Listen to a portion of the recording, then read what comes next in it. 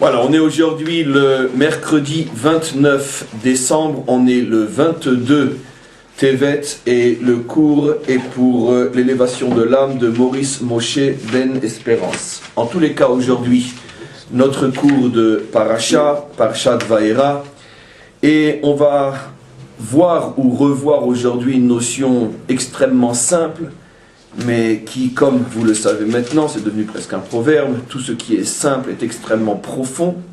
Une notion qu'on a déjà souvent abordée et que l'on va réaborder aujourd'hui parce que tout simplement notre paracha nous le suggère. Et c'est tout au début de notre paracha, les fameuses 4 étapes qui sont appelées les 4 étapes de la délivrance, par rapport auxquelles on prend les 4 coupes de vin le soir du Seder, à la table du Seder, le soir de Pessah. Et donc on va relire le verset ensemble. C'est donc Hachem qui s'adresse à Moshe qui lui dit la chose suivante.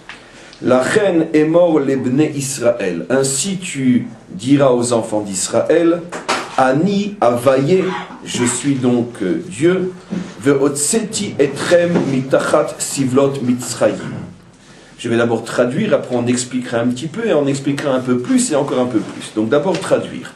Ve'otseti etrem mitachat sivlot mitzrayim, je vous sortirai de dessous le fardeau de l'Égypte. Comme quelqu'un qui porte une grosse brique, n'oublions pas qu'ils sont en train de construire les pyramides, comme quelqu'un qui porte sur lui une grosse brique, et donc on le sort de dessous le fardeau. Après, deuxième étape, deuxième expression de la délivrance, Veitzalti etrem me'avodatam, je vous sauverai de l'esclavage. Troisième expression, Vega'alti etrem bezroa netuya ou bishvatim gdolim, je vous, comment j'ai traduit Veitzalti? Je vous sauverai, et là je vous délivrerai, délivrerai, troisième étape, avec un bras étendu et une grande justice. Et enfin, quatrième étape, Velakarti etrem li le'am, et je vous prendrai pour faire de vous mon peuple, Ve'aiti lachem le'elohim, je serai votre Dieu, Veidatem, et vous serez, qui a ni Hachem Elokerem, que je suis Hachem votre Dieu, Amotzi etrem mitachat sivlot mitzraim, qui vous sort de dessous le fardeau de l'Égypte. Alors on va d'abord comprendre dans un premier temps, simplement, mais profondément, à quoi correspondent ces 4 étapes. On donne un exemple très simple, effectivement, d'un esclave sur un chantier en train de travailler, et voilà que passe un riche prince ou un riche roi, généreux, bon, qui voit la souffrance de cet esclave et qui veut le sortir de là. Pour le sortir de là, il peut ou doit passer 4 étapes. Il le voit en train de crouler sous la charge qui est sur ses épaules, et donc dans un premier temps, la première chose qu'il y a à faire avant de penser au reste, c'est de le sortir de dessous cette charge, parce que si on ne le sort pas immédiatement de dessous cette charge, il risque donc de crever. Donc la première intervention de cet homme qui veut le sauver, c'est d'abord de le sortir de dessous la charge. C'est exactement ce qui est marqué ici. Je vous sors de dessous le fardeau. Maintenant, si le sauveur s'arrête là, l'esclave n'a aucune garantie qu'il est sauvé. Pourquoi? Parce que dans 5 minutes, dès que le sauveur va partir, on va lui remettre, les gardiens, ses maîtres vont lui remettre une pierre sur les épaules. Donc, si vraiment la personne tient à le sauver, après la première étape, qu'est-ce qu'il va devoir faire? Il va devoir le sauver du travail. Ça veut dire qu'au moins aujourd'hui, ou pendant 2 jours ou 3 jours, jusqu'à ce qu'il se retape, jusqu'à ce qu'il reprenne des forces, le sauver du travail. C'est la deuxième étape où il est dit Ve itzalti etrem me'avodatam, je vous sauverai du travail. Donc on peut imaginer à coup d'argent, il a acheté les gardiens, donc première somme, il a donné d'abord $100 pour le sortir de dessous la pierre, il a rajouté $200 pour qu'au moins jusqu'à la fin de la journée, il arrête de travailler. Troisième étape, oui, mais qu'est-ce qui va se passer demain, après-demain, dans une semaine? Il est toujours esclave. Son statut d'esclave est toujours là. C'est pour l'instant un esclave qui se repose. Mais c'est un esclave. Troisième étape, Vega'alti etrem, je vous libère. C'est-à-dire, je vous sors de votre statut d'esclave. On voit donc qu'il y a une progression hyper méticuleuse et logique. On le sort de dessous la pierre, on obtient qu'il se repose, on le libère de son statut d'esclave, et après, mais si tu le lâches maintenant à la nature, peut-être qu'après il va être attrapé par ses gardiens qui vont le ramener une fois de plus à l'esclavage. Quatrième étape, Velakarti etrem lileam, et je vous prendrai pour peuple, c'est-à-dire que le généreux prince qui est passé par là prend l'ancien esclave et en fait son serviteur. Donc, 4 étapes tout à fait logiques, qui bien sûr dans l'exemple se limitent à un homme, placé au niveau de la nation, c'est exactement ce qui s'est passé. Il y a eu donc 4 étapes. La première étape, qui est donc d'abord de mettre fin au travail qui sur le moment pouvait nous tuer, parce que le peuple juif était complètement épuisé, il n'en pouvait plus. Donc, d'une certaine manière, obtenir de le sauver sur le moment. Deuxième étape, lui permettre de reprendre ses forces en obtenant le repos. C'est d'ailleurs ce qui s'est passé parce que pendant toute la période des 10 plaies qui a duré 1 an d'après notre tradition, le peuple juif à ce moment-là était en repos, mais pas encore libéré, il était encore esclave. On est à la deuxième étape. Après la sortie elle-même, qui est la libération du statut d'esclave, et non la libération du travail, car le travail avait déjà cessé depuis 1 an, depuis la première plaie. C'est toute notre paracha. Et enfin après, on est complètement sauvé en ce sens qu'on est acquis à Dieu, et exactement comme je l'ai expliqué, ils ont essayé de nous rattraper, une fois qu'on était sortis, c'est dans 2 parachiotes, la sortie, la traversée de la mer, on avait cessé de travailler, on avait même été libérés, on n'était plus esclaves, mais ils se sont dit on va les rattraper. 4e étape, Dieu nous sauve de toute possibilité de retourner en Égypte. La mer sépare les Égyptiens d'Israël. Donc ce sont les 4 étapes. On continue juste encore un petit peu. Il y a une 5e étape, comme on le sait, chaque année on le dit, on le redit, c'est la fameuse 5e coupe qui fait allusion à la véritable délivrance finale. Veti etrem el haaretz, on est déjà maintenant après le don de la Torah. Au niveau de l'histoire biblique, ce verset-là correspond à la rentrée d'Israël avec Yehoshua, ce qu'on a commencé à étudier le livre des juges. Veti etrem el haaretz, je vous amènerai sur la terre, asher nasati et yadi la tête ota le Avraham, que j'ai promis à Abraham, Yitzhak et Yaakov, venatati ota lachem, je vous la donnerai moracha pour toujours, ani avaye, je suis Dieu. Et on termine juste le dernier verset de ce premier passage de notre paracha. Donc, puisque Dieu demande à Moshe d'aller raconter ça aux enfants d'Israël, immédiatement il y va. Vaïdaber Moshe ken el bene Israël. Moshe va dire, dévoiler, expliquer, enseigner aux enfants d'Israël ce que vont être les 4 ou 5 étapes de la délivrance. Velo shamu el Moshe, mais ils n'ont pas écouté Moshe, dans le sens ils n'ont pas cru, ils n'ont pas eu la force d'entendre, d'écouter, de croire. Pourquoi? Mikotser ruach, parce qu'ils avaient un souffle étroit, ça veut dire sur le plan spirituel, ils étaient complètement fermés, ruach milachon ruchamniyut, il n'y avait plus aucune goutte de spiritualité en eux, vous imaginez, tellement ils étaient donc grossiers et grossis par, et matérialisés par, je ne sais pas quel terme on dit, peu importe, mais compris par le travail d'esclaves, ou me avoda kasha, comme dit le verset, à cause du dur travail qui les avait complètement rendus insensibles à tout souffle de spiritualité. Mikotser ruach, ils n'ont plus aucun moyen de ressentir le souffle divin que Moshe veut leur transmettre. En tous les cas, voilà ce qui est dit. Alors, tout ça on le connaît, c'est très simple, on le sait, c'est les 4 coupes, mais vous n'imaginez pas à quel point ce message, à quel point ces versets contiennent un message d'une évidence et d'une simplicité époustouflante.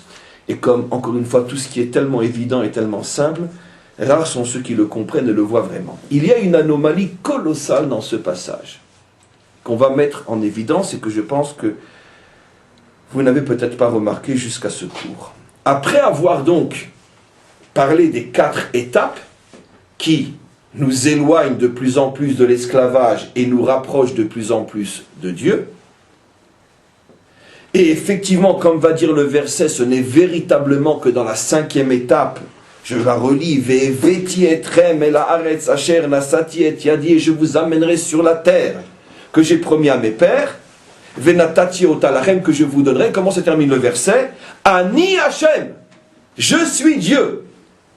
Ça veut dire qu'à ce moment-là, véritablement, quand Israël aura traversé toutes les étapes depuis le bas jusqu'en haut, depuis l'éloignement de l'Égypte jusqu'au rapprochement maximal de Dieu, à ce moment-là, Dieu se révèle. C'est pour ça que toute cette étape se termine par les mots Ani Hashem, je suis Dieu. Maintenant, quand vous serez sur votre terre, libérés pour toujours de l'esclavage, vous saurez enfin que je suis Dieu. Or, il y a une anomalie en plein milieu. C'est que, à la fin de la 4e étape, lorsqu'on est déjà libéré complètement, et comme on le sait, cette étape, comme je vais vous le prouver, mais c'est évident, fait allusion, je l'ai déjà dit, au don de la Torah, c'est-à-dire juste après la traversée de la mer, ils ont essayé de nous ramener en esclavage, et à ce moment-là, Dieu nous a définitivement séparés d'eux, par la mer qui s'ouvre et se referme sur eux, et on se dirige vers le Matan Torah. Tous les commentaires expliquent que cette 4e étape fait bien sûr allusion au don de la Torah, et après la 5e, l'entrée en Eretz Israël, Moshe Yehoshua.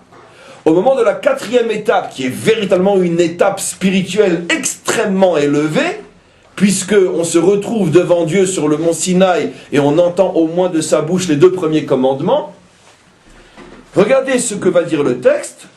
Donc, je répète, Velakarti etrem li le'am, je ferai de vous un peuple. C'est de là que tous les commentaires apportent comme preuve qu'on parle bien du don de la Torah, car nous sommes véritablement devenus le peuple de Dieu au moment de Matan Torah. Certains d'entre vous connaissez toutes ces gemarotes qui expliquent que nous avions encore un statut de Ben Noar jusqu'au don de la Torah, et que le don de la Torah a été comme une véritable conversion de toute la nation. On a dû passer par la circoncision au moment où on est sorti d'Égypte, on a dû passer par le mikvé, on s'est trempé, tout ça s'est expliqué dans le Talmud, et le Talmud considère que finalement, que notre peuple était encore non juif jusqu'au don de la Torah. Et le don de la Torah est une véritable conversion d'Israël. C'est à ce moment-là uniquement qu'on devient son peuple. Et donc on est encore une fois à un niveau très très haut, puisqu'on est au pied du mont Sinaï. Vehaïti lachem Elohim, je serai votre Dieu. Et regardez maintenant l'anomalie époustouflante. Veidatem, je l'ai lu tout à l'heure, personne n'a relevé. Et vous saurez qui ani Hashem Elokechem, que je suis Hashem votre Dieu, amotzi etrem mitachat sivlot mitzrayim, qui vous sort de dessous le fardeau de l'Égypte. On revient à la première étape. Mais attends, je comprends, on vient de passer toutes les étapes. On vient de passer toutes les étapes. Pourquoi tu reviens à la première étape? On est déjà loin après cette étape-là. Cette étape-là correspond au moment où l'esclave est encore esclave, où il n'est même pas sûr qu'on ne va pas lui remettre une pierre dans 5 minutes sur les épaules. Il vient à peine d'être sauvé de cette pierre-là qui était trop lourde.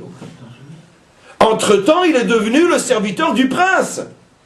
Le serviteur de celui qui l'a sauvé. Qu'est-ce qu'on a besoin de revenir en arrière et de dire « Et vous saurez que je suis Dieu qui vous ai libéré de la pierre qui allait vous faire crever ». Maintenant, avant de répondre à cette question, on s'aperçoit effectivement que toute la tradition biblique, donc l'expression biblique, pas tradition, excusez-moi, quand elle parle de la sortie d'Égypte, des 4 expressions, elle n'utilise que la première. Anochi Hashem Elokecha, le premier des 10 commandements, je suis Hashem ton Dieu, Asher Otseti Cha Me'eretz Mitzrayim, qui t'est sorti de Mitzrayim. Or, Yitzia, c'est la première étape uniquement, puisqu'après il y a eu Hatsala, il y a eu Geoula, il y a eu Hatsala, il y a eu Yitzia, Hatsala, Geoula et Lekicha. Et Lekicha, c'est Matan Torah. Donc au moment du don de la Torah, on se sera attendu à ce qu'on nous dise au moins Anochi Hashem Elokecha Shelakachticha Me'eretz Mitzrayim. Mais pourquoi Sheotzeticha, qui fait allusion à un tout début de quelque chose qui n'était encore rien puisqu'au moment où la pierre est enlevée, il n'y a aucune assurance qu'il n'y en aura pas une deuxième qui va être posée. Comprenez? Et partout dans la Torah, chaque fois qu'on parlera de la sortie d'Égypte, c'est toujours Asher otseti etrem me'eretz Misraïm, et non Asher itzalti, et non Asher ga'alti, et bien sûr jamais Asher lakarti. Pourquoi otseti? Alors, il y a ici, bien sûr, un problème aussi colossal que celui qu'on vient de mettre en évidence. Vous imaginez l'infini qui se cache derrière, et on va le prendre de la manière la plus simple, parce que de la plus profonde. On a, une fois de plus ici en présence, quelque chose d'une clarté qui est tellement claire qu'elle aveugle la plupart d'entre nous. La Torah nous prévient clairement ici que la délivrance se fait en plusieurs étapes, parce que au-delà de l'explication fort connue, mais qui est loin d'être suffisante et complète, qui dit que ces 4 expressions de la délivrance font allusion aux 4 futures délivrances d'Israël, la sortie de Babylone, la sortie de Perse, la sortie de Grèce et en ce moment la sortie de Rome, au-delà de cette explication qui est juste, la véritable et première explication, c'est de dire que ce que la Torah nous montre, puisque ici n'oublions pas que En Mikra Yotsemide Pshuto, ça veut dire que avant le drash, avant l'explication, on pourrait dire rajouter, il y a toujours d'abord l'explication première, celle du contexte lui-même. N'oublions pas qu'ici on ne parle pas des 4 délivrances futures, bien que c'est aussi le sens de ces 4 versets, mais on parle aussi et surtout d'une seule et unique délivrance, celle d'Égypte, Ve'en Mikra Yotsemide Pshuto. Et donc le verset doit être compris aussi d'après son sens premier. La sortie d'Égypte étant bien sûr une délivrance écrite dans la Torah de Moshe, ce qui veut dire une délivrance modèle et fondamentale, ça veut dire que toutes les autres se feront sur le modèle de la délivrance d'Égypte, et y compris et surtout notre dernière délivrance sur laquelle il est dit que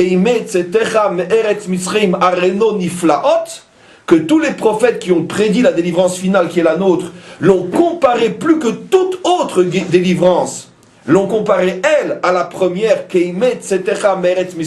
comme au moment de la sortie d'Égypte, tu nous referas des prodiges au moment de la délivrance finale.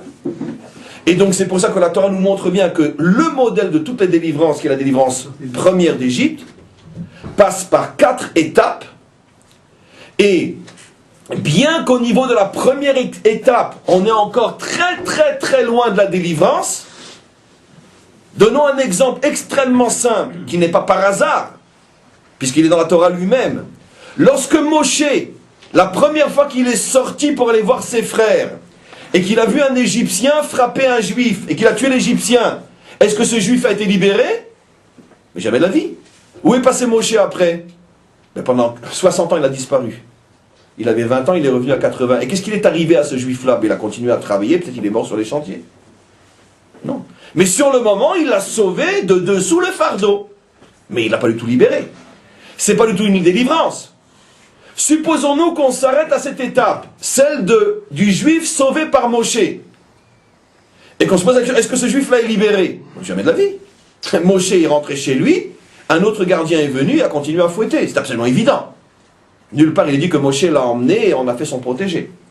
Il l'a sauvé sur le moment. Il ne pouvait pas faire plus pour l'instant.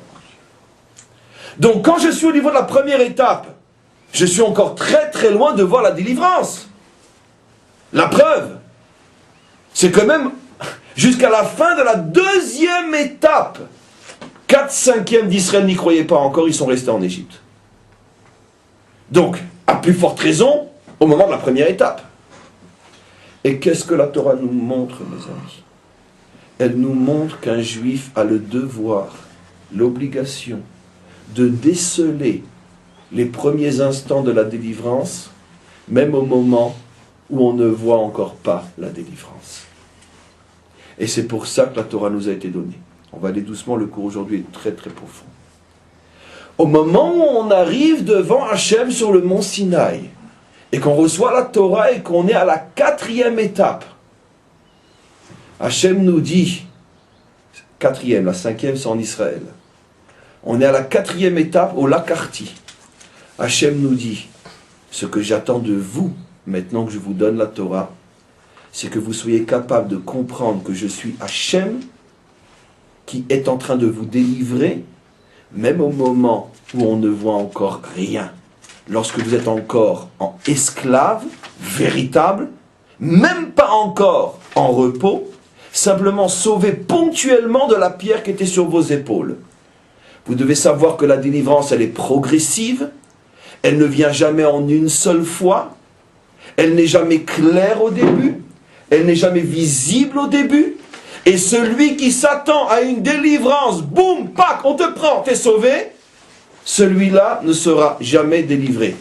La délivrance est un long et pénible processus qui passe par des phases où on ne voit encore rien. Et c'est à ce moment-là que je vous demande, vous qui recevez la Torah, d'être capable de voir à un moment où personne ne voit. La Torah nous a été donnée pour nous permettre de voir l'action divine se mettre en place. La Torah nous a été donnée pour nous permettre de voir le commencement d'un processus, même à un moment où ce commencement est encore trop voilé, trop flou, pour que, vu de l'extérieur, on puisse appeler ça une délivrance. Et la preuve que même la première étape est une délivrance, comment vont appeler nos maîtres ces 4 étapes? Arba leshonot shel geoula. Les 4 langages de la délivrance. Et regardez le génie des maîtres d'Israël. Ils n'ont pas dit, comme je l'ai dit depuis maintenant une demi-heure, les 4 étapes. Il dit les 4 langages. Chaque étape est une délivrance en tant que telle. Même celle qu'on ne voit pas. Si nos maîtres avaient dit les 4 étapes de la délivrance, Arba Shlavim Shel Geoula, alors seraient peut-être confortés ceux qui disent oui, mais d'accord, mais la vraie délivrance, c'est quand on est sorti. Non! Pour éviter ce piège de mal comprendre, il dit non, Arba Leshonot Shel Geoula, même la première étape est déjà en soi une Geoula, au même titre que la dernière. C'est-à-dire que tu es déjà délivré, même au moment où tu ne te sens pas délivré, et tu n'es pas plus délivré au moment où tu te sens délivré qu'au moment où tu ne te sens pas délivré. Parce que chaque étape est une délivrance en tant que telle. On résume, et on a tous compris à quoi on fait allusion. La Torah nous prévient que la délivrance ne se fera jamais en un seul coup. Et tout est clair depuis le départ. On ne passera jamais de l'exil à la délivrance comme on passe de l'obscurité à la lumière sans transition. Il y a une lente transition qui nous permet de passer de l'obscurité à la lumière.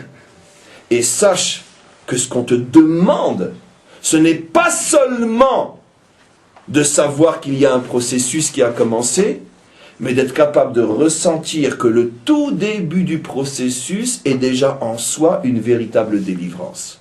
Même lorsqu'on ne voit encore rien. Et c'est peut-être parce que nous n'avons pas encore véritablement intégré ce message que peut-être que la délivrance, la dernière, la nôtre, tarde tellement à se terminer, pas à commencer, mais à se terminer. Parce qu'on n'est pas, non, parce qu'on n'est pas capable, non, c'est pas un problème de libre arbitre, c'est un problème de véritablement recevoir la Torah. Recevoir la Torah, puisque c'est le premier verset, maintenant on comprend. Anochi Hashem Elokecha asher hotzeticha, et non asher itzalti, et non asher gaalti, et non asher lakarti. C'est je te donne la Torah pour que tu sois capable de me voir lorsque j'agis à un moment où personne ne me voit. C'est pour ça que tu as reçu la Torah. La Torah sont les yeux d'Israël. Qu'est-ce que c'est un vrai Talmid Chacham? Un vrai Talmid Chacham est capable de voir grâce à la Torah ce que personne ne peut voir parce qu'ils n'ont pas la Torah. Voilà. Ça c'est Chacham Roet Anolad. Il voit la naissance. Il voit ce qui est en train de naître au moment où personne ne le voit encore. Et donc on a compris qu'il n'y a pas d'anomalie. Il y a ici un véritable enseignement que n'attendez pas que tout soit clair pour vous dire ça y est, on est délivré. N'attendez pas que les choses soient évidentes, parce que c'est à vous, si vous voulez, d'être acteur et non uniquement spectateur, et en étant acteur, vous précipitez votre délivrance finale, vous précipitez la 4e étape, lorsque vous êtes acteur dès la première. Mais si vous attendez que le train vous ramasse, une fois qu'il roulera déjà à 300 à l'heure ou à 500 à l'heure, c'est absolument impossible. Non, impossible. Il faut le prendre au départ. Maintenant, regardez, il y a une chose extraordinaire. On voit que Moshe s'adresse aux enfants d'Israël, et il est dit, ils n'ont pas écouté, parce qu'ils avaient Kotser Ruah, mais Avoda Kasha.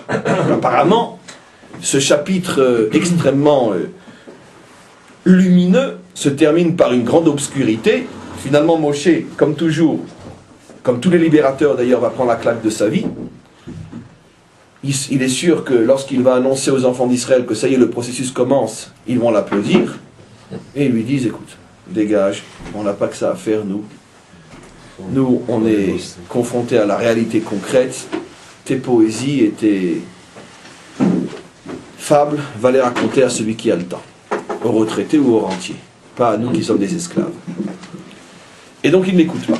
Donc apparemment ça se termine d'une manière qui est vraiment pas tellement encourageante, au point que tout de suite après, je ne l'ai pas encore lu, lorsque Hachem dit à Moshe, allez maintenant, ça y est, ça va commencer, je t'envoie chez Pharaon, qu'est-ce que va répondre Moshe? Vaïdaber Moshe lifne Hachem, puisqu'il vient de prendre une claque. Hen bene Israël lo shamu elai. Attends, je comprends pas, maître du monde. Les enfants d'Israël ne m'écoutent pas. Ve'er yishmaeli paro, et tu veux que Pharaon m'écoute? C'est impossible. Rachid dit sur cet endroit que c'est l'une des 10 fois dans toute la Torah où on voit un kalvachomer. Je vais vous expliquer, c'est un Rachid époustouflant.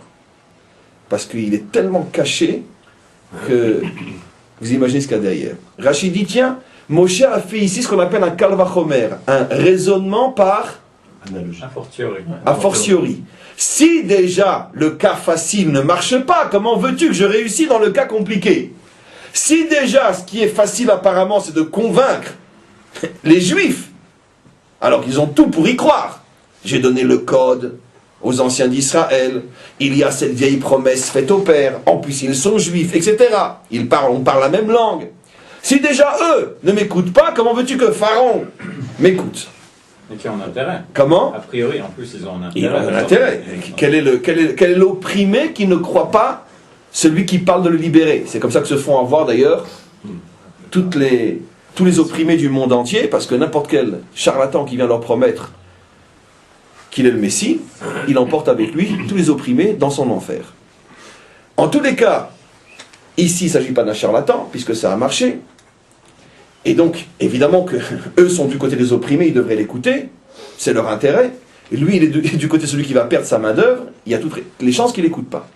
Rachid dit, ici on est en présence d'un kalvachomer, il y en a 10 dans la Torah. Je ne sais pas si je pourrais expliquer 10, mais vous imaginez c'est lié bien sûr aux 10 attributs divins, aux 10 plaies, aux 10 commandements, etc. Il y a 10 raisonnements comme ça. Qu'est-ce que Rachid veut nous faire comprendre? Rachid veut nous faire comprendre une chose extraordinaire, mes amis. Mais je vais aller très vite parce que ce n'est pas l'essentiel du cours, mais juste pour, on pourrait dire, épicer un peu plus le cours pour lui donner encore plus de goût. Comme le café d'ailleurs. On sait très bien qu'un kalvachomer est généralement un raisonnement qui met en évidence la logique humaine. D'accord? L'intelligence humaine, très cartésienne. Si 1 kilo de tomates coûte 10 francs, à plus forte raison, 2 kilos de tomates coûteront 10 francs. D'accord? Non, coûteront 10 francs. Non. Oui, parce que c'est la base minimum. Coûteront 10 francs. Ça veut dire c'est la logique pure, justement. Si tu dis coûteront 20 francs, sur ce genre de raisonnement, il y a ce qu'on appelle dans la Gemara pircha, pour ceux qui aiment le Talmud. Pircha, ça veut dire non, c'est pas évident. Que tu dises que si déjà 1 kilo de tomates coûte 10 francs, c'est sûr que 2 kilos de tomates coûteront au moins 10 francs, c'est ce qu'on appelle un kalvachomer, raisonnement implacable, impossible de le démolir. Mais dès que au nom de la logique humaine, tu rajoutes quelque chose qui n'est pas 100% sûr, on te dit pircha. C'est pas évident. La preuve, allez au marché. Je vous en supplie, on va pas rester à ce niveau-là. Quand vous achetez dans le marché n'importe où, un article pour 10 francs, 2 articles pour 18 francs. C'est évident, c'est la règle du commerce. Donc c'est pas un kalvachomer. Un kalvachomer, c'est un raisonnement implacable. C'est-à-dire c'est la logique implacable. Maintenant, nous savons tous qu'il faut faire très attention lorsque nous étudions la Torah d'Hachem, qui provient d'une source qui, dire déjà qu'elle dépasse notre intelligence, c'est déjà une insulte pour la source, qui est sans comparaison aucune avec notre intelligence. C'est pour ça que l'homme doit se méfier d'essayer de comprendre la Torah avec son intelligence. Et donc, quel est le chidouche du Kal Vachomer? Quelle est, on pourrait dire, la nouveauté du Kal Vachomer? C'est que la Torah t'autorise à utiliser ton intelligence lorsqu'elle est sans faille possible. Et c'est pour ça que dans toute la Torah, on ne trouve que 10 fois, dans toute la Torah, que 10 fois où la Torah utilise et permet le Kal Vachomer. Oui. Je sais pas. Je crois qu'il y a deux notions de la fortiori. Il y en a une, justement, qui est le Kal Vachomer, qui me semble qui doit être une tradition. C'est-à-dire qu'on ne peut pas faire Kal Vachomer. C'est Xera Shava, ça. C'est l'analogie. Il y a l'analogie et le raisonnement. L'analogie doit être une Kabbalah, doit être une tradition, justement. Parce que l'analogie, c'est encore plus compliqué au niveau logique. Parce que nous, on croit que ça se ressemble, c'est pas forcément. Mais au niveau du Kal Vachomer, je vous ai expliqué, je vous ai démontré, mais c'est pas un cours sur le Kal Vachomer, mais c'est très important, parce que j'en ai besoin pour continuer le cours, de vous montrer que généralement la Torah n'autorise jamais l'homme à utiliser son intelligence pour la comprendre, elle, la Torah. Qui tu es, toi, pour venir avec ton tracteur, avec ta brouette, pour explorer l'espace? Quand tu auras une fusée, on en reparlera, pour l'instant tu n'as qu'une brouette. À moins que ta brouette ressemble vraiment à une fusée, parce que c'est tellement implacable au niveau du raisonnement que là, la Torah accepte. Rachid dit, ce que vient de dire Moshe, c'est l'un des rares Kal Vachomer acceptés dans la Torah.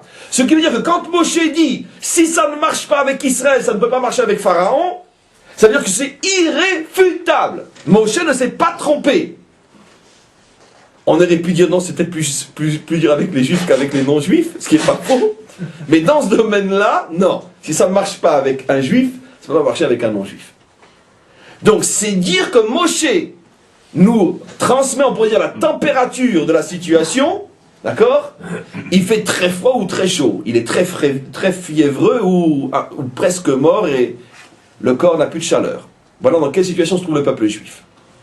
Maintenant, comprenez ce que je vais vous dire. Le Balatourim, d'accord, qu'on pourrait appeler le Messie de la Torah, le Mashiach de la Torah, parce qu'il vient toujours vraiment donner des explications qui sont une véritable délivrance. Quand tout est fermé, lui, il ouvre une lumière qui permet de tout éclairer. Vraiment la dimension d'un Mashiach sur le plan de l'étude de la Torah, quand on comprend un petit peu ce que c'est le Balatourim. Le Balatourim vient et fait remarquer une chose folle. Sur le verset, ils n'ont pas écouté Mikotser Ruach, ils n'ont pas écouté à cause de leur souffle étroit. Le Balatourim va te chercher une gématria, on se demande pourquoi il va la chercher celle-là, surtout qu'il va lui faire dire exactement le contraire de ce qu'on est en train de lire, j'explique. Il dit, regarde, fais la valeur numérique de Mikotser, et tu trouves 430, tel. 430, qui est précisément les 430 ans qui séparent la prophétie concernant l'exil de la sortie de l'exil. Parce que entre le moment où Dieu a dit à Abraham, Yodea Teda Kiger Iye Zaracha Beretz Lolahem, et tu sauras que ta descendance sera esclave dans une terre qui n'est pas la sienne, depuis ce moment-là jusqu'à la sortie d'Égypte, il y a 430 ans. D'où on le sait, on le verra la semaine prochaine, lorsque nous allons sortir par Shadbo, la Torah nous dit, et l'exil a duré 430 ans. Arba Meod Joshim Shana. Rachid demande, comment 430 ans? 430 ans depuis que Dieu avait annoncé à Abraham que sa descendance serait en Égypte. Depuis que Dieu l'avait annoncé, ça avait commencé. Puisque commence le processus, la mise en place des événements qui permettront à sa descendance, nous, de descendre en Égypte. Le mécanisme commence, et c'est à ce moment-là qu'on commence à comptabiliser le temps de l'exil. 430 ans. Et donc, le Balatourim fait remarquer que Mikotser, a la même valeur numérique que 430, tel, qui fait donc allusion à la promesse, plutôt à la prophétie qui avait prédit 430 ans auparavant, puisque là on est à la fin des 430, puisqu'on va sortir dans quelques mois, qui avait prédit il y a 430 ans que nous serions un jour en exil. Alors bon, c'est bien joli tout ça, mais apparemment, la guématria et l'enseignement du Baal HaTurim sont en parfaite contradiction avec le contexte même du verset. Puisque le verset nous apprend que Israël n'avait même plus la force de croire en sa délivrance. Et de là, le Baal HaTurim nous apprend que ce verset fait allusion à la délivrance qui arrive. On est à la fin des 430. Vous comprenez ce que je mets en évidence? C'est évident. Comment, d'un verset qui nous explique que Israël n'a même plus la force de croire en sa délivrance, comment de ce verset-là tu tires une explication qui signifie le temps de votre délivrance est arrivé? Du même mot, mikotser, où on voit qu'Israël n'y croit plus, du même mot, on apprend, ça y est, c'est arrivé. L'explication est plus versante. Elle confirme ce que disent nos maîtres. D'abord simplement, et bien sûr très profondément, la délivrance vient à un moment où on n'y croit plus. Voilà, le Baal HaTurim a démontré, nous nos maîtres le savaient, de ce mot-là. Quand lorsqu'on se sera désespéré d'y croire, c'est à ce moment-là qu'elle vient. On l'apprend d'un seul mot dans la Torah. Merci Baal HaTurim, qui nous a montré quelle était la référence des maîtres d'Israël. Mais ça nous apprend aussi beaucoup plus que ça. Qu'est-ce que le Baal HaTurim veut nous faire sentir ici? Quand il dit que la délivrance, elle se trouve dans le mot mikotser. Ça veut dire que la délivrance commence, pas seulement comme on l'aurait compris superficiellement du Talmud, que quand on n'y croit plus, alors c'est là qu'on va être délivré. Non, le Baal HaTurim, en l'apprenant du même mot, veut nous faire comprendre que les graines de la délivrance commencent à bourgeonner précisément au moment de l'obscurité la plus totale. C'est pas seulement puisque vous avez touché le fond, vous serez délivré, ce que semble dire le Talmud. Le Baal HaTurim, en l'apprenant d'un même mot, veut nous faire comprendre qu'au moment où le peuple juif se trouve au plus profond de son obscurité, au point que même toute référence à la délivrance l'exaspère et le rend fou, c'est à ce moment-là précis que la délivrance commence à bourgeonner. Et c'est ça ce qu'on nous dit plus haut. Et vous saurez que je suis celui qui vous sort de dessous la pierre. À un moment où tous les esclaves sont en train de s'écrouler sous les pierres, vous saurez que c'est à ce moment-là que la délivrance commence. Donc c'est toujours la même notion, la même idée qui revient. Ce qui est extraordinaire aussi, c'est que, bon, je fais une analogie qui vaut ce qu'elle vaut, mais ce Baal HaTurim m'a fait aussi penser à quelque chose d'extraordinaire. Parce que le Baal HaTurim, ce qui est absolument incroyable, c'est que quand il rapporte cette Gematria de 430, il la nomme par ses lettres, telles, Tav, Lamed. Et puis tout d'un coup, je me dis, mais tiens, c'est intéressant, parce que finalement, on a effectivement été délivré au mois d'Aviv, 430 années, tel Aviv, après avoir été sorti d'Égypte. Après avoir reçu la promesse de l'exil. Si vous croyez que c'est Stam, je ne le dis pas de manière méchante, mais si vous croyez que c'est Stam, bon, par hasard, alors ça serait véritablement ne pas comprendre et ne pas connaître le Baal HaTurim. Le Baal HaTurim est un prophète, je pense que celui qui n'a pas encore compris, après des années qu'on étudie le Baal HaTurim, et je ne peux rien faire pour lui. Le Baal HaTurim est un véritable prophète, il voit des choses inimaginables. Nous, on peut lire ce verset 3 milliards d'années-lumière de fois, on ne verra jamais le rapport entre Mikotser et la promesse, et puis ça c'est rien pour le Baal HaTurim. N'oublions pas qu'il a écrit son livre en quelques heures le soir de sa bar mitzvah. D'accord. N'oublions pas, il avait 13 ans le pauvre. Et il l'a offert après à son père le lendemain comme cadeau de bar mitzvah. Voilà. Et donc, n'oublions pas, c'est Baal HaTurim. C'est rien, ce n'est qu'un de nos maîtres au Moyen-Âge. Donc, il a reçu une gifle de son père qui lui a dit « Mais tu as que ça à faire, le soir de ta bar mitzvah, tu aurais dû étudier des choses encore plus profondes. » C'est-à-dire que son père lui a montré qu'il aurait pu encore faire plus. En tout cas, peu importe. Bon, c'est des juifs du Moyen-Âge, c'est très moyenâgeux. En tous les cas, alvaï que dans le siècle des Lumières, on arrive à ressembler un petit peu à l'ombre des juifs du Moyen-Âge. Mais en tous les cas, ça c'est le Baal HaTurim, un véritable prophète. Et je me suis posé la question, mais qu'est-ce qui lui prend en Balatourim d'absolument de vouloir? C'est pas commun. Quand il rapporte une Gematria, il la donne en chiffres, il la donne pas en lettres. Pourquoi tel? En plus, on est sorti au mois d'Aviv. Veyadatem ki bechodesh Aviv otseti etrem erestre. Et vous saurez que c'est au mois de Aviv que je vous ai sorti de Tel Aviv. Qu'est-ce que signifie Tel Aviv? Je ne parle pas mais au niveau de la ville. Ça signifie qu'on est sorti au mois d'Aviv, comme dit la Torah, 430 ans après la promesse de l'exil. Mais ce qui est extraordinaire, c'est que le mot Tel Aviv n'a pas été inventé par les Israéliens. Tel Aviv était marqué en toutes lettres dans la Torah, dans les prophètes. C'était une des villes où se rassemblaient les Juifs en Babylonie pour pleurer sur l'exil. Bien sûr, Tel Aviv est marqué dans le livre de Nehemia ou de Ezra, l'un des deux, ou de Daniel, je ne sais plus, l'un des trois. Celui qui parle des Juifs en Babylonie. Tel Aviv. Et ce qui est extraordinaire, c'est que finalement, si on regarde Tel Aviv, il y a effectivement le double symbole. Là, je dis c'est une analogie à moi, peu importe, mais j'y crois énormément. Il y a le double symbole suggéré par le Balatourim. Parce que Tel Aviv est le symbole d'une certaine manière, en enlevant toutes les nuances qu'il faut faire à la bêtise que je vais dire. C'est le symbole plus ou moins de ceux qui ne croient pas vraiment à la délivrance, en tout cas pas tel que les Juifs accrochés à la Torah y croient et en parlent. Mais d'un autre côté, c'est, quoi qu'il en soit, le symbole de la délivrance. Ça veut dire que c'est précisément à l'endroit et chez ceux où on voit le moins la délivrance que c'est là qu'elle commence à germer. N'oublions pas que c'était aussi une des premières villes réelles reconstruites, ou si pas la première, reconstruite dans notre dernière délivrance. Donc c'est véritablement un symbole absolument incroyable. Et c'est ça ce que le Balatourim, dans sa prophétie, veut nous faire comprendre. Sois capable de voir les Juifs de la délivrance là où personne ne peut les voir. Si tu crois que les Juifs de la délivrance, c'est uniquement les chapeautés barbus et qui pâtaient, tu n'as rien compris.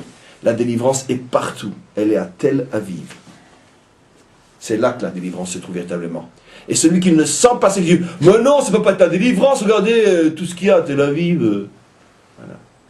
La réponse est aujourd'hui. C'est précisément à Tel Aviv. Et certainement plus qu'à Paris, à New York et je ne sais où. C'est là que se trouve la délivrance d'Israël.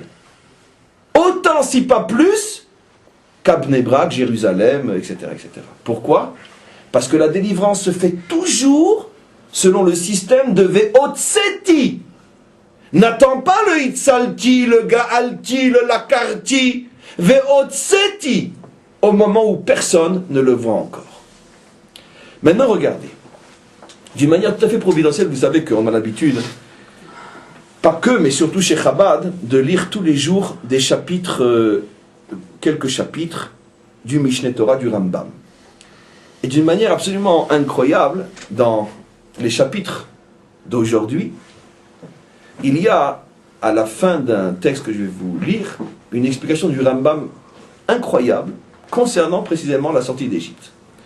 Le chapitre en question traite des lois concernant les mesures, les poids et les mesures qu'un commerçant possède au moment où il vend sa marchandise, et que le Rambam donc Maïmonide passe en détail toutes les lois concernant donc l'interdiction de faire de faux poids, de fausses balances, de fausses mesures pour tromper la personne. Très globalement, quand tu dis à quelqu'un je te vends X, vends-lui X. Ne lui fais pas croire que tu lui vends X et que tu lui vends en vérité Y. Le problème des balances est un symbole. C'est dans tous les services pareil. Ce que tu lui vends doit correspondre à ce que tu lui dis. Et si tu embellis la chose pour lui faire croire qu'il reçoit quelque chose qu'il n'a pas, tu transgresses un véritable et très grave interdit de la Torah. Mais le problème est, dit le Rambam, c'est que cet interdit est tellement grave de tromper le client et de lui vendre ou de lui faire un service qui ne correspond pas à ce pourquoi il a payé. C'est tellement grave que si tu fais ça, tu mérites de n'être jamais sorti d'Égypte. C'est comme si tu niais la sortie d'Égypte. Et regardez ce que va dire le Rambam. C'est dans le chapitre que nous lisons aujourd'hui. C'est tout à fait providentiel. Il dit la chose suivante. C'est dans les lois sur le vol, la fin du 7e chapitre, les lois sur le vol. Il dit, on va lire tout le texte, c'est la 12e halakha, la dernière, elle est magnifique. D'abord, regardez comment il commence. Après, on verra le lien avec le cours. Caché onsham shel midot yoter me onshan shel arayot. Il est pire de vendre un faux service que d'aller avec une femme mariée ou aller avec sa mère ou sa sœur. C'est pire que les arayot. Donc c'est pire que l'adultère et l'inceste. Vous imaginez? Bon homme, bon père de famille, bon mari, bon citoyen, il fait ses milouim, toujours les dixièmes au Bet Knesset, il fait toutes les mitzvot, il mange badat, tout impeccable. Ouais, dans les affaires, il faut bien faire des affaires. D'accord? Il arrive là-haut, on le met dans la file des adultères et ceux qui couchent avec leur mère, ou avec leur fille. Ça se fait beaucoup plus souvent. Oui, mais j'avais rien fait, moi. Mais si. C'est pire encore. Et encore, on te met en début de colonne. C'est pire encore. Tu as fait croire à quelqu'un que tu lui vendais X, tu lui as vendu Y. Tu lui as dit je te vends 100, tu lui as vendu 90. Ça veut dire quoi? Tu as pris 10 pour rien, et lui il était sûr que ça valait 100. C'est comme l'adultère, plus encore du Rambam que l'adultère et l'inceste. Arayot qui englobe les deux. On continue. On va voir pourquoi. Il y a forcément un sens. Parce qu'apparemment, c'est quand même plus cochon d'aller avec sa fille que de tromper quelqu'un dans un service, comme apparemment. Non, on va voir que non. Et il dit, Vechol hakofer b'mitzvat midot. Et celui qui nie l'importance d'être précis dans ses comptes, dans ses mesures, dans ses poids, etc. Kekofer b'yitziat mitzrayim. C'est comme s'il nie la sortie d'Égypte. Mais Yitziat Mitzrayim, maintenant on a les clés pour comprendre le rabbin. Yitziat Mitzrayim. Pourquoi? Chez Itrilat Atzivouy. Parce que tout a commencé par ce tzivouy-là. Je suis, ou vous serez, selon le langage de la Parsha, que je suis celui qui vous sort. Otseti, et non Itzalti, Gaalti, tatatata. Otseti. Le premier des commandements que nous avons reçus, c'est savoir qu'il est celui qui nous sort. Et le Rambam n'expliquera pas, mais il fait une analogie. Celui qui est kofer bemidot, il est kofer bayetzia. Et à l'envers, vechol hamekabel alav mitzvat midot, et celui qui au contraire est très méticuleux dans ses mesures, areze modé bietzet mitzrayim. Alors il affirme qu'il reconnaît la Yitzia d'Égypte, chez I garma lechol atzivuyim, parce que sans le commandement de croire en la sortie, nous n'aurions pas reçu les 612 autres commandements. Le Rambam ici nous apprend deux choses époustouflantes. D'abord, le Rambam ne dit pas que c'est le premier des commandements, ça tout le monde le sait, on le savait avant lui. Mais ce qu'il nous apprend ici, parce que le Rambam, vous savez, on dit qu'il a lachon ha-zahav. Le langage du Rambam, c'est de l'or. Chaque mot du Rambam a son pesant d'or. Il est extrêmement précis et libérateur dans ses mots. Chaque mot du Rambam est une libération. Le Rambam est très précis. Il ne le dit pas ici parce que c'est le premier des commandements. C'est celui qui a été gorem les autres, qui a entraîné les autres. Ça veut dire que si tu ne crois pas dans la sortie, tu ne peux ni manger kasher, ni faire Shabbat, ni mettre les filines, tu ne peux rien faire. C'est-à-dire, si tu le fais, c'est comme si tu le mets à un singe. Tu mets les filines à un singe. C'est pas une mitzvah. Quelqu'un qui met les filines, mais qui triche dans les midot, c'est comme s'il mettait les filines à un arbre. Ça vaut rien. Pourquoi? Parce qu'il lui manque le premier, qui est gorem les autres. Et Rachid dit que les midot enlèvent le premier, qui est gorem les autres. Donc il n'y a plus rien. Vous imaginez le nombre d'arbres qui mettent des filines. Il ne faut pas dire de singes. Imaginez. C'est presque un problème d'arrêter quelqu'un dans la rue et de faire mitzvah de filine. Parce qu'on ne sait pas à qui on a affaire. Comment?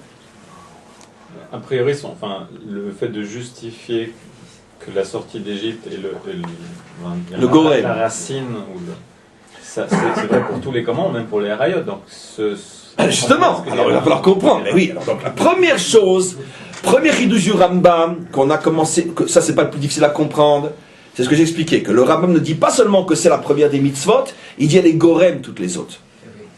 Croire ou savoir ou comprendre le sujet de la sortie. Maintenant, ta question, bien sûr, qui est la vraie question, parce que le Rambam il nous laisse sur notre faim, d'accord, spécialiste d'apporter un repas et quand on se met à table, hop, il reprend. Il le fait souvent, le Rambam, ça. C'est en soi une pédagogie pour susciter la question, mais obliger l'élève à chercher, pour pas que tout lui soit mâché dans la bouche.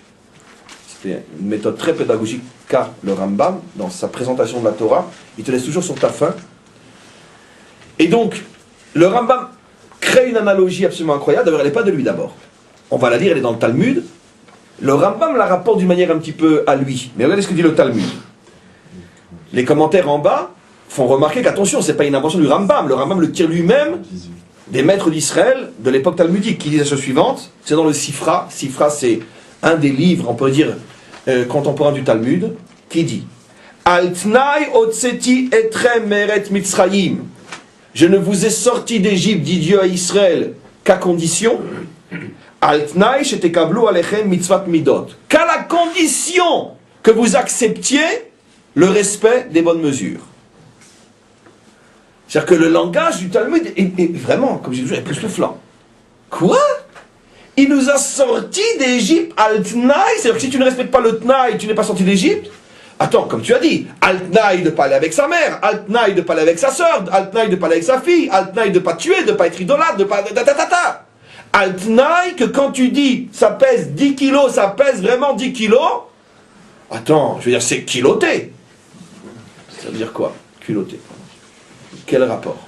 Un est moral et l'autre est société. C'est un faire tenir une société. Et tuer, et voler carrément.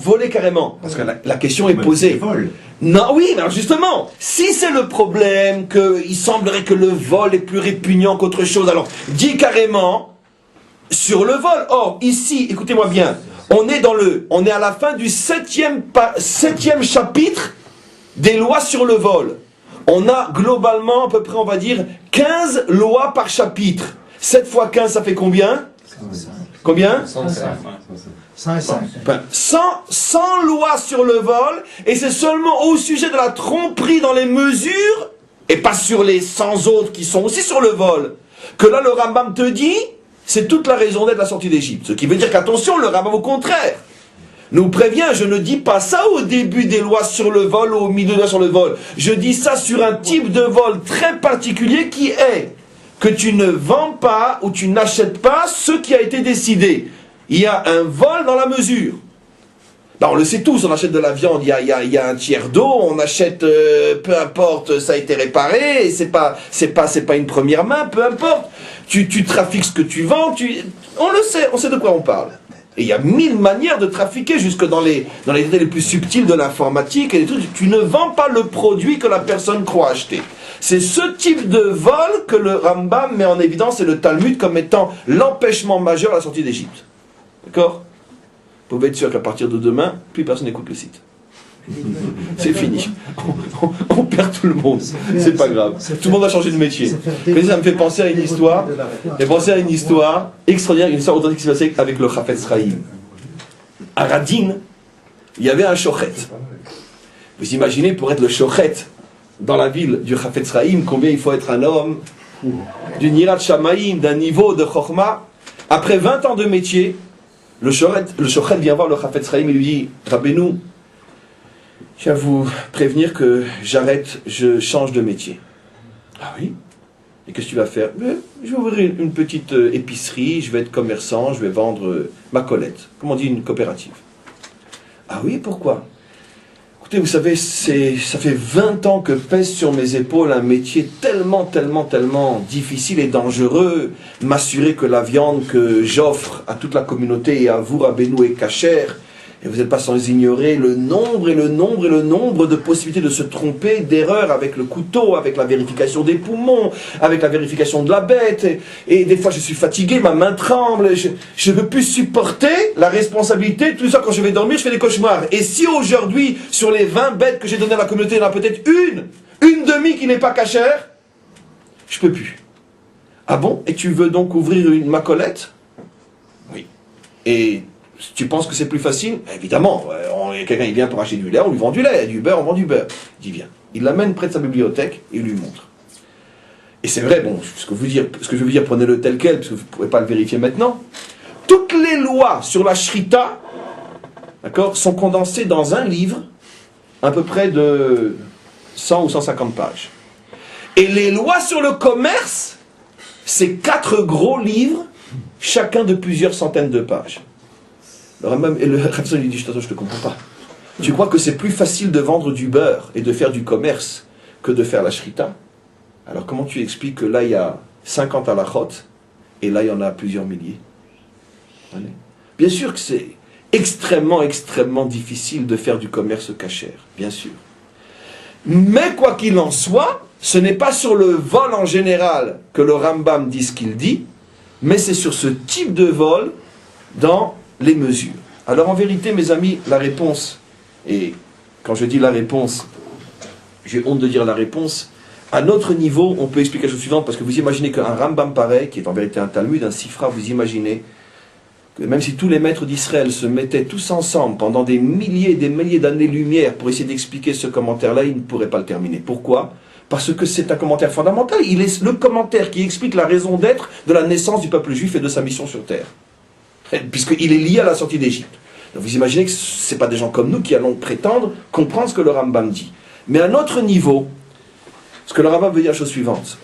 Tout ce qu'on a expliqué aujourd'hui pendant le cours, d'être capable finalement de déceler la présence de Dieu dans notre vie et son action fondamentale, même dans des situations complètement floues, voilées, où on ne voit rien, où on est désespéré, on n'y croit plus, et que si quelqu'un vient nous dire, tu sais, tu es en train de vivre quelque chose d'extraordinaire, on va lui rire au nez pour ne pas dire on va se mettre en colère ou l'envoyer balader, tellement ça paraît absurde. Cette capacité de voir véritablement l'action de Dieu dans tous les instants et tous les moments de notre vie, même les plus flous et les plus douteux, c'est ce qu'on appelle tout simplement, on va avancer par étapes, voir ou croire ou comprendre ce qu'on appelle la Hashgacha Pratit. Qu'est-ce que c'est Hashgacha Pratit et qu'est-ce que c'est Hashgacha Klalit? Je vais expliquer aujourd'hui de manière que je n'ai jamais encore expliqué. Hashgacha veut dire providence. Hashgacha Klalit veut dire la providence générale. Hashgacha Pratit veut dire la providence particulière. Pratit particulière, détaillée, personnelle, tout ce qui est prat. Prat veut dire particulier et personnel, etc. Les maîtres d'Israël disent que les Bnei Noach, par exemple, n'ont pas l'obligation de rechercher, de croire ou de voir la Hashgacha Pratit. Ils doivent, par contre, ils ont l'obligation de voir et de croire en la Hashgacha Klalit. C'est-à-dire les Bnei Noach, les nations, bien évidemment, ont l'obligation de croire en Dieu, en un Dieu un, créateur et dirigeant de l'histoire, mais on ne les oblige pas à retrouver et à voir et à comprendre sa présence dans les moindres détails de l'existence d'un individu. Il suffit qu'ils aient une connaissance globale et une foi, une croyance, une compréhension, chacun selon son niveau. Chez les uns c'est la foi, d'autres la croyance, d'autres la compréhension selon le niveau de chacun, mais qu'ils aient, on pourrait dire, un lien avec la providence générale, mais non particulière. Ça c'est ce que disent les maîtres d'Israël. Pendant des années, les maîtres venus après, les grands maîtres qui ont fait cette différence qui se trouve dans le Zohar ou dans le Talmud, mais comme toujours au niveau de ces maîtres-là, ils donnent des notions sans vraiment les expliquer. Les commentaires, et surtout dans la Chassidoute, se sont posé la question, mais quelle est la différence entre croire dans la providence générale, qui est, on pourrait dire, le devoir des nations, ou croire dans la providence particulière, qui est le devoir d'Israël? Et ce qui fait l'une des différences fondamentales entre le juif et le non-juif, dans sa relation avec Dieu. Les maîtres de la Chassidoute, entre autres, expliquent que c'est, d'une manière très simple, ce que j'ai expliqué aujourd'hui. Croire en la providence générale, c'est ne reconnaître Dieu que lorsque toutes les étapes ont été passées et que tout est clair, tout est évident, et là, waouh! Donnons un exemple simple. Quelqu'un entreprend un projet, et ce projet a des hauts et des bas, il monte, il descend, il avance, il recule, et il souffre, et il pleure, et tac, et puis en fin de compte, waouh, la réussite! Oh, merci mon Dieu, quel miracle! Une fois que c'est fini, que tout est clair, que tout... Bon Hachem! Bon Hachem! C'est déjà énorme, parce que comme la plupart des hommes, il aurait pu dire ouais, je suis le plus fort, j'ai gagné. Non, il dit merci mon Dieu. Ça prouve que c'est déjà un vrai Ben Noir. Parce qu'il sait qui est le véritable responsable de sa réussite. Il a le bon réflexe. Mais d'un autre côté, pendant toute la période de la gestation du projet, il a ses hauts, ses bas, ses crises, il n'en peut plus, il est désespéré. Voilà. Et des fois, il s'arrête en plein milieu parce que c'est trop noir qu'il n'y croit plus. Il n'arrive pas à ressentir, à voir, à comprendre, à se lier, à établir un lien, une connexion avec Dieu qui est avec lui dans chaque étape.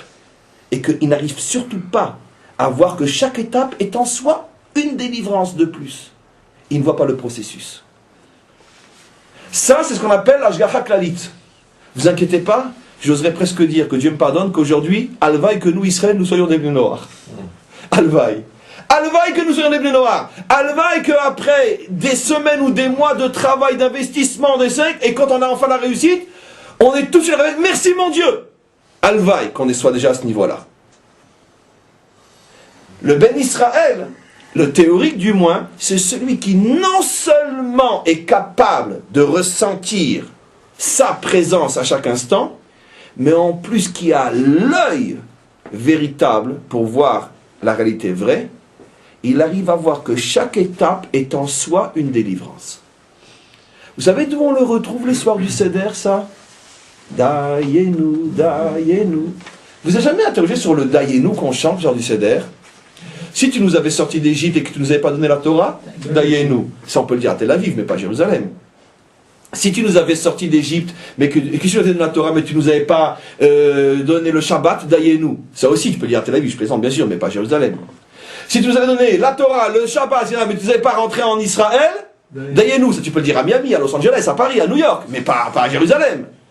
Que ça vient Dayenu. Mais c'est une foutaise totale, c'est Dayenu, mais comment Dayenu? Mais je veux sortir d'Égypte, je veux la Torah, je veux le Shabbat, je veux Israël, je veux le Temple, je veux tout, que ça vient Dayenu. On a l'air de parler comme un juif en exil. Non, ce qu'on veut nous faire comprendre, c'est qu'un juif doit voir que chaque étape, c'est en soi une délivrance. Sortir d'Égypte, c'est en soi une délivrance. Recevoir la Torah, même sans Shabbat, c'est en soi une délivrance. Recevoir le Shabbat, c'est en soi une délivrance. Chaque étape est en soi une délivrance. Vivre avec le sentiment que l'on avance, on ne vit, on ne va que de délivrance en délivrance. La vie est une éternelle délivrance. On est constamment délivré. On est constamment en état de délivrance. Mais ça, c'est un niveau énorme, mes amis. Nous avons reçu la Torah pour arriver à ce niveau-là. C'est une chose qu'expliquera le Rabbi, par exemple, sur la fameuse phrase qui est dans le Talmud, qui dit « Kol yeme chayecha » tous les jours de ta vie, dit la Torah, tu dois te souvenir de la sortie d'Égypte, et le Talmud dit « Kol yeme chayecha le'avi limot hamashiach » mot à mot, pour faire venir les temps messianiques. Et le Rabbi explique, il dit, regarde ce que dit le Talmud, que tous les jours de ta vie, tu dois vivre en sachant que tu fais venir le Mashiach. Ça veut dire que tous les jours de ta vie sont inscrits dans le processus de la délivrance. Tous les jours de ma vie? Mais c'est impossible. Pas hier, pas avant-hier, je ne le ressens pas. C'est ça ce que dit le premier commandement. Je suis celui qui t'a sorti pour que tu puisses comprendre, ressentir et voir que même quand tu es encore sur le chantier en tant qu'esclave, la délivrance a déjà commencé. Ça, c'est l'Ashgacha Pratit. C'est un travail de folie pour arriver à vivre tous les jours de sa vie, 24 heures sur 24, comme un juif qui est en train de se libérer chaque seconde davantage. C'est ça tout le but du cours. C'est quelque chose d'inimaginable. Et qu'est-ce que nous dit le Rambam maintenant? Et vous savez quel est l'empêcheur numéro 1 d'arriver à cette perception-là? C'est celui qui triche dans les mesures. Pourquoi? Parce que Mida keneged Mida, mesure pour mesure. Vous avez compris la clé de ce message. Comment nos maîtres appellent la capacité de voir dans les moindres détails de son existence la présence d'Hachem? C'est un mot dans le Talmud, comment ça s'appelle? Mida, keneged, mida. Mesure pour mesure. À chaque mesure de ta vie, sache que Dieu se trouve en face de toi dans la même mesure. Mida, keneged, mida. On reprend le mot mida, mesure. Mais si tes mesures sont sales, tu ne pourras pas voir sa mesure à lui. Si tes mesures sont des mesures de mensonge, tu ne pourras pas voir la mesure de vérité. Donc nettoie tes mesures pour voir sa mesure. Si tu veux voir le Mida Keneged Mida, si tu veux ressentir véritablement qu'à chaque moment de ta vie, non seulement Dieu est présent, non seulement tu es connecté à lui, et non seulement tu es en train de progresser vers ta et la délivrance, pour ça il faut que tes mesures soient transparentes. Il faut qu'elles soient comme un miroir, qui te permet de voir à travers tes mesures sa mesure à lui. À travers ta présence, tu vois sa présence. Mais si tes mesures sont sales, tu ne pourras jamais le voir. Et si tu ne peux pas le voir, bon, c'est pas grave, globalement je crois en Dieu. Sauf dans les affaires bien sûr, mais globalement je crois en lui. Alors on te dira, mais attends, mais si c'est pour croire en lui globalement, il n'avait pas besoin de te prendre dans son peuple. Pour ça il avait les nations. Parce que c'est ce qu'on demande aux nations, de croire sincèrement, profondément, que globalement Dieu existe et qu'il dirige le monde. Dans les moindres détails de l'existence, il ne faut quand même pas charrier, hein, il ne va pas descendre jusque dans la manière dont je pèse mes tomates quand même. Pas exagérer. Il a autre chose à s'occuper que de mes tomates. Tant mieux pour moi d'ailleurs, franchement entre nous. Et donc, si c'est uniquement pour dire je crois en Dieu, j'ai pas besoin de toi. J'ai 70 peuples pour ça. Donc si je t'ai choisi pour être dans mon peuple, c'est que tu as le devoir de me voir, même quand tu pèses les tomates. Et si tu pèses les tomates sans moi, alors là, sache que je t'ai pas sorti d'Égypte. Il y a un paradoxe quand même avec le ben noir. Parce que le ben noir, au niveau des halachot sur le vol, sont beaucoup plus sévères que nous. Non, non, tu touches une notion que je ne peux pas expliquer comme ça à haute voix. C'est pas sur les lois du vol, c'est sur toutes les lois des Bnei Noar en général. On pourrait dire le mishpat est différent, est beaucoup plus dur. Pourquoi ? Il faut comprendre de manière intelligente et pas le dire d'une manière, on pourrait dire, rapide et stupide, parce que les 7 lois de Noar touchent l'essence même de l'existence du monde et de la société. C'est-à-dire les choses sur lesquelles on ne peut pas discuter. Si tu enfreins ça, tu mets en péril l'humanité tout entière. Donc on ne peut pas faire de cadeaux, on ne peut pas être indulgent avec celui qui remet en cause les fondements même d'une société humaine. Le vol, le meurtre, la débauche, etc. Voilà. C'est pas qu'on est plus sévère qu'avec les autres lois de la Torah. C'est que les 7 lois de Noar qui se trouvent aussi dans la Torah touchent les piliers, les fondements du monde. Et donc c'est pour ça que dans la mesure où les 70 nations sont la majorité du monde, si les 70 nations qui sont 6 milliards 990 millions et 10 millions de juifs, si 6 milliards 990 millions d'êtres humains ne respectent pas les fondements de la civilisation, tout va s'écrouler. Donc la Torah est très dure vis-à-vis de celui qui enfreint l'une de ces 7 lois-là. Pas parce qu'il est ben noir, pas parce que ces lois-là sont différentes, parce qu'elles touchent les fondements de ceux qui sont la population majoritaire du monde. Mais encore une fois, c'est pas que vis-à-vis du vol, c'est vis-à-vis aussi de l'inceste, vis-à-vis de toutes les lois de la Torah. Toutes les lois qui concernent les 7 lois de Noar. Oui. Pourquoi Zavka, c'est dans ces midot-là, dans le vol par exemple, et pas dans le meurtre ou dans quelque chose d'aussi fondamental? Alors, d'abord, parce que je n'ai pas encore tout à fait terminé, je répète ce que je dis. Et je vais répondre à ta question. On comprend maintenant, parce que j'étais presque sur le point de terminer l'explication, si tu triches dans les mesures, ça veut dire que finalement, tu n'es finalement jamais toi-même. Tu n'es jamais ce que tu dis, tu n'es jamais ce que tu fais. C'est toujours ou trop ou pas assez. Si tu triches dans les midot, dans les mesures, donc tu n'es jamais vraiment toi-même, tu dis un truc, on ne peut pas le croire, tu fais un truc, on ne peut pas le croire, donc tu triches dans les midot, automatiquement, Dieu se cache dans ses midot. Et tu ne pourras plus voir le principe de mida keneged mida. Et tu vas finalement avoir l'impression que ta vie est vide de sa présence. Tu vas perdre le sens de la vie, tu vas retourner mentalement, psychologiquement, moralement, spirituellement en Égypte. C'est la confiance. Alors, c'est tout. Cette faute-là met en cause les principes fondamentaux de la relation entre un homme et un homme. D'ailleurs, c'est ce que le Rambam dit. Le Rambam dit Sheze beinu le ben chavero. Pourquoi cette faute est si grave? Parce qu'elle concerne la relation entre l'homme et son prochain. Tous les commentaires demandent, attends, il n'y a pas que ça. Le meurtre, le viol, c'est aussi entre l'homme et son prochain. Mais ce que le Rambam veut dire, c'est que là, c'est plus. Et je commence à répondre à ta question. Parce que là, tu trompes à un moment où s'établit une confiance. Où la personne est désarmée face à toi. la différence avec le meurtre, la différence avec le viol. On n'a pas de doute sur l'identité de l'agresseur. On n'a pas de doute sur l'identité de celui qui fait du mal. Il est mauvais. Mais là s'établit un climat de confiance, un climat d'amitié, de relation, et tu profites de la confiance qu'on te donne pour tricher et tromper.